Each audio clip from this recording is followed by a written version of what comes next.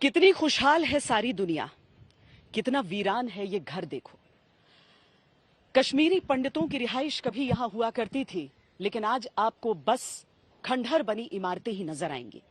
इस घर में भी कभी कोई कश्मीरी पंडित परिवार रहा करता था। 90 के दशक में जब आतंक की आग में पूरा कश्मीर झुलसा, तो यह आग इस घर को भी लील गई।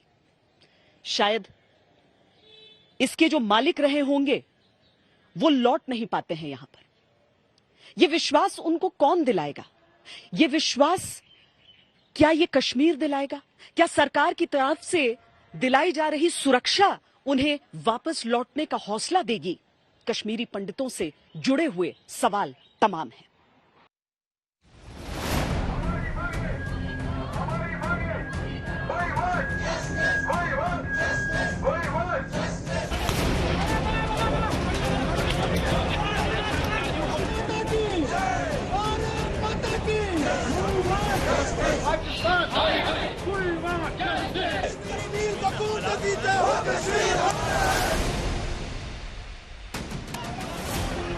ये गुस्सा बता रहा है कि सब्र की अब इंतहा हो चुकी है। खून का ये उबाल चेतावनी दे रहा है कश्मीर के दुश्मनों को कि ये 89 नहीं 2022 है। ये केवल राहुल भट्ट की स्मृति के लिए लॉ नहीं है, उनकी श्रद्धांजलि के लिए लॉ नहीं है, बल्कि ये इंसाफ की लॉ है। ये कश्मीरी पंडितों के लिए एक मुहिम है, एक अभियान है। जब से ये घटना हुई है तब से यहाँ पर सभी लोग मौजूद हैं और यहाँ पर प्रतीक्षा कर रहे हैं कि उन्हें भी न्याय मिलेगा। क्या क्या मांगे अब आप लोगों की हैं यहाँ पर और क्या सुनवाई हो पा रही? हमारी एक ही डिमांड है गवर्नमेंट से, हमें रिलोकेट करके यहाँ से ले जाया जाए और कहीं सेफर प्लेस में हमें एडजस्ट किया जाए। 9 साल हमने अच्छी तरह से निकाले, यहाँ बीच में हुई यहाँ पर डिस्टर्बेंस बट लगा नहीं, बट अक्टूबर से अब कंटिन्यूअस टारगेट किलिंग हो रही है, तो अब हम काफी घबराए हुए हैं। 2010 में भी आई जी। आपको क्या माहौल लग रहा है? मैम माहौल तो बहुत गंदा है क्योंकि टारगेट किलिंग हो रही है। अब ये ऑफिस में जाके मार रहे हैं तो नेचुरल सी बात है, डर तो लगता है। हमारे बच्चे स्कूल नहीं जा पा रहे हैं, हम डर रहे हैं कि कहीं बच्चों पे भी अब कुछ अटैक ना हो पाए।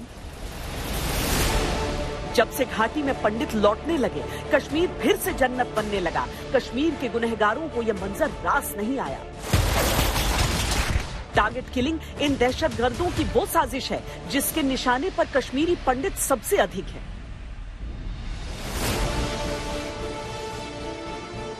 जो आम कश्मीरी है कि एवरेज कश्मीरी, वो कश्मीरी पंडितों के यहाँ रिहैबिलिटेशन को कबूल कर चुका है, स्वीकार कर चुका है, और ये सिर्फ टेररिस्ट एलिमेंट्स हैं जो ये कोशिश कर रहे हैं कि नहीं डराएं।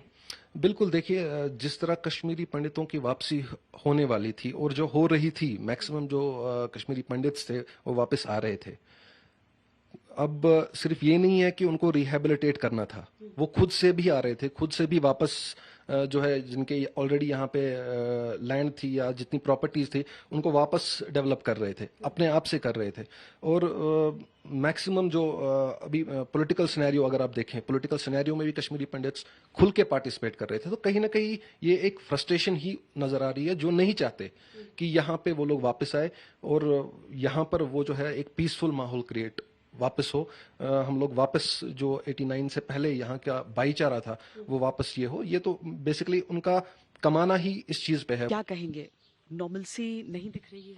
बिल्कुल नॉर्मलसी नहीं है यहाँ। जो भी ये पोज करने की कोशिश कर रहे हैं वो बिल्कुल गलत है। यहाँ हर दिन किसी न किसी का खून बहता है, बेगुनाह मरते हैं, पुलिस हमारी मरती है, सीआरपी के जवान मरते हैं, आम कश्मीरी मरते हैं। मैं ये समझता हूँ कि ये एक पॉलिटिकल मसला है, इसको जो है पॉलिटिकल सोल्यूशन होना चाहिए, पॉलिटिकल सेटलमेंट होनी चाहिए, पॉलिटिकल पैकेज आना चाहिए। ये मिलिट्री सोल्यूशन इसका नहीं है, इसका कोई जो है जोर ज़बरदस्ती कोई सोल्यूशन नहीं है। ये एक ऐसा मसला है जिसको हिंदुस्तान और पाकिस्तान मानते हैं, हमारी लीडरशिप मानती है कि ये एक मसला है, ये एक बायलैटरल मसला है, इसे हल होना चाहिए। इस खित्ते में जो है तरक्की हो सकती है, इस खित्ते से जो है गुर्बत दूर हो सकती है। 8 जून 2020 को अनंतनाग के सरपंच अजय पंडिता की हत्या कर दी गई। 17 सितंबर 2021 को कुलगाम में कश्मीरी पंडित कांस्टेबल बंटू शर्मा की हत्या की गई। 5 अक्टूबर 2021 को श्रीनगर दवा विक्रेता माखन लाल बिंद्रू की हत्या की गई। 7 अक्टूबर को श्रीनगर के स्कूल में प्रिंसिपल और टीचर की हत्या हुई। 12 मई 2022 को बडगाम में सरकारी कर्मचारी राहुल भट्ट की हत्या हुई। राहुल भट्ट कश्मीरी थे, कश्मीर के हित में काम कर रहे थे। जिस भाईचारे की बातें होती हैं, उस भाईचारे की कड़ी में कश्मीरियत की पहचान वाले पंडित थे। लेकिन नाम पूछकर जिसने उनकी हत्या की, क्या वो कश्मीरी हो सकता है? 3 बंदे थे, क्या सुनने में आया? 3 बंदे थे। 3 बंदों के पीछे पूछा राहुल भट्ट कौन है, नाम पूछ के गोली शूट की। वो अपनी ही चेयर पे बैठा था, अपनी ही चेयर पे शूट किया उसको। भैया हिलने का भी मौका नहीं दिया। उसके पास लोग बहुत आते थे। उसको बोलती थी मत जाओ उधर, डीसी ऑफिस ट्रांसफर करा ले, छोड़ दे नौकरी, हमको नौकरी भी नहीं चाहिए। मुझे पता है तू वहाँ पे सारी जगह तेरे को जानते हैं, सारे जानते। बोलता है मैं सेफ रहूंगा, मैं सेफ रहूंगा। मुझे सारे जानते हैं। उसको नहीं पता था उनमें कोई निकलेगा।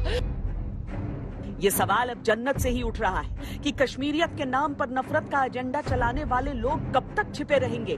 कब तक कश्मीर अपने दुश्मनों को घर में पनाह देता रहेगा? कब तक पाकिस्तान परस्ती का कारोबार कश्मीर में चलता रहेगा? अब यहाँ पे जब हर चीज का ब्लेम आप 370 के एब्रोगेशन को करोगे, अब आप इस चीज को कैसे, मैं अपनी कम्युनिटी को बोलना चाहती हूँ आपके माध्यम से, आप इस चीज को कैसे 370 के ऊपर ब्लेम कर सकते हो कि एब्रोगेशन ऑफ 370 के हटने की वजह से कि यहाँ पे एसिड अटैक्स हो रही हैं औरतों पे? क्या 370 के हटने की वजह से यहाँ पे टीवी स्टार्स के घरों में घुस के उनको मारा जा रहा है? कोशिश लंबे समय से यहाँ की जा रही है। आप सब किस योजना के अंतर्गत सरकारी नियुक्ति पाए हैं? सरकार ने कोशिश की, पुनर्वास कार्यक्रम चलाए, कश्मीरी पंडित वापस लौटे। कश्मीर फिर से वो कश्मीर दिखने की ओर बढ़ा चला जो कभी सुना था। लेकिन अगर कश्मीर के अंदर फिर से कोई उन्हें 90 के दशक के नरसंहारों और दहशत की याद दिलाने की कोशिश कर रहा है, तो कश्मीर की और उसके बहुसंख्यक समाज की क्या जिम्मेदारी है?